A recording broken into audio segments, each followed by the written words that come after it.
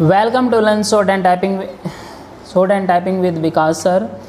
Progressive magazine exercise number 17 सितंबर 2022।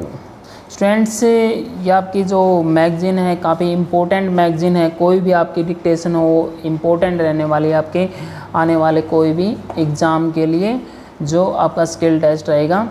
सी के साथ शुरुआत करते हैं हम 840 words at the rate 100 word per minutes with fluctuation. So be ready, start. Though this is the first occasion on which I have in person attended a session of UNESCO, I may claim that in spirit I have always been with you and followed your deliberations and activities with the nearest interest and sympathy.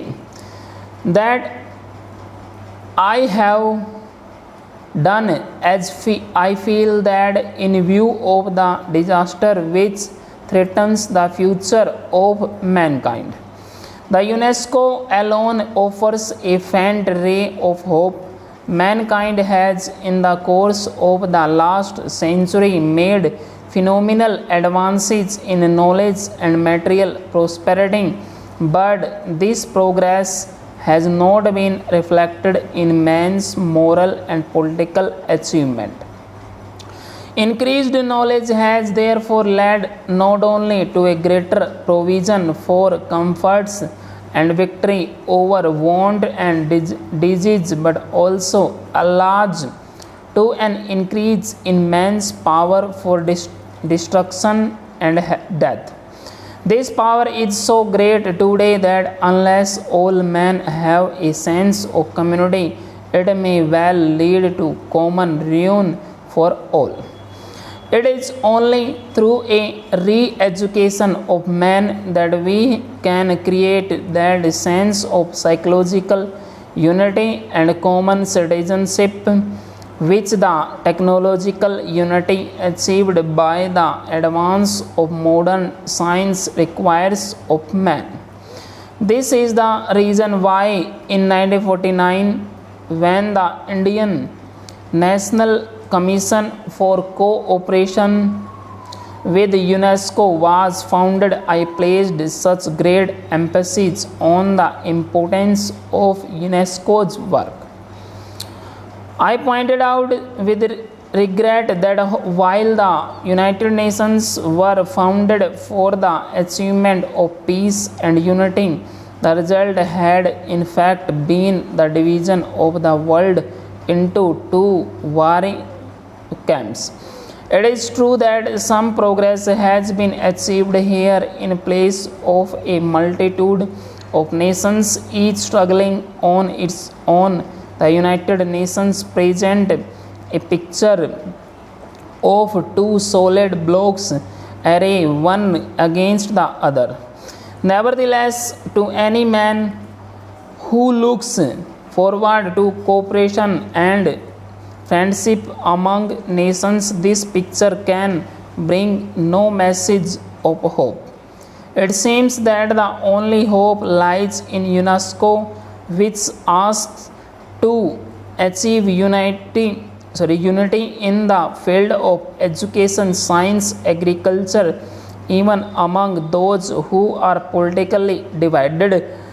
I feel that if UNESCO could achieve its objectives and create understanding between different nations on the cultural plan, there is hope that with time the cultural understanding would make itself felt in the economic and political fields also.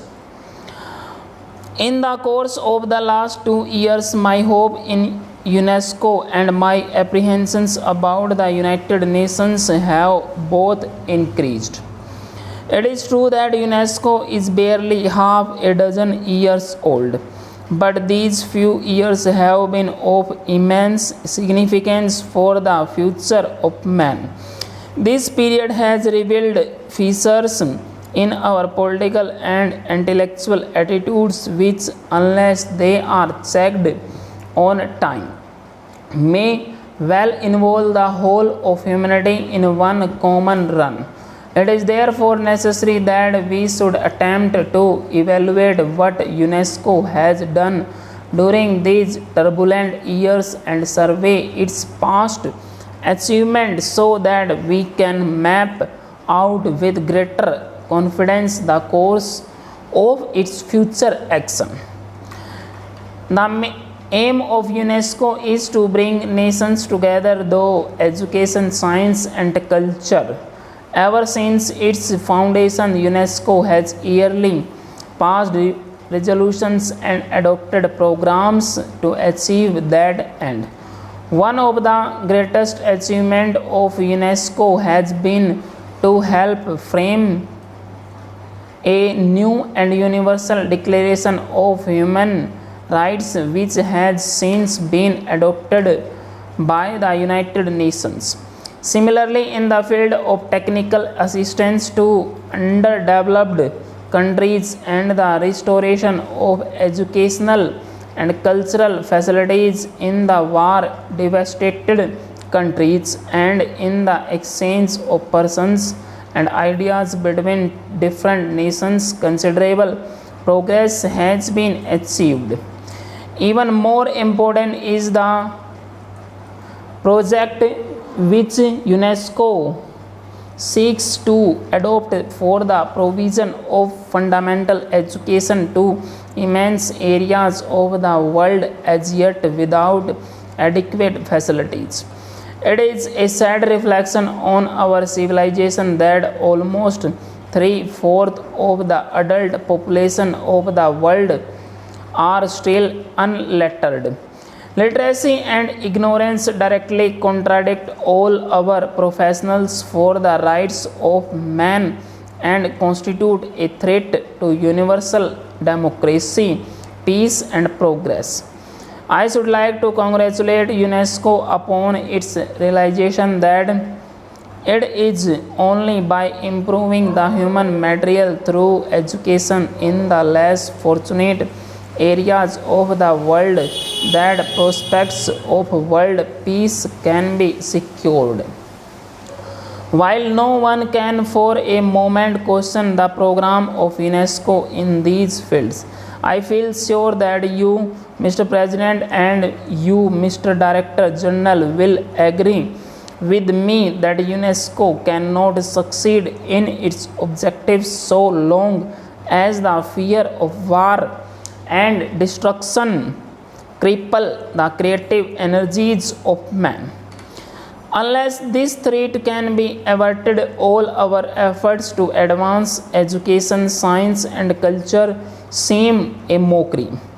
If the world is to be saved from disaster, we must, as intellectual men and women, decide what steps UNESCO can take to avoid the threat of war. It will not do to say that the questions of war and peace are primarily political and do not concern UNESCO, which is a body devoted to the advancement of education, science, and culture that cannot be so always as such. Full stop. Student, ये आपके 840 words हो गए।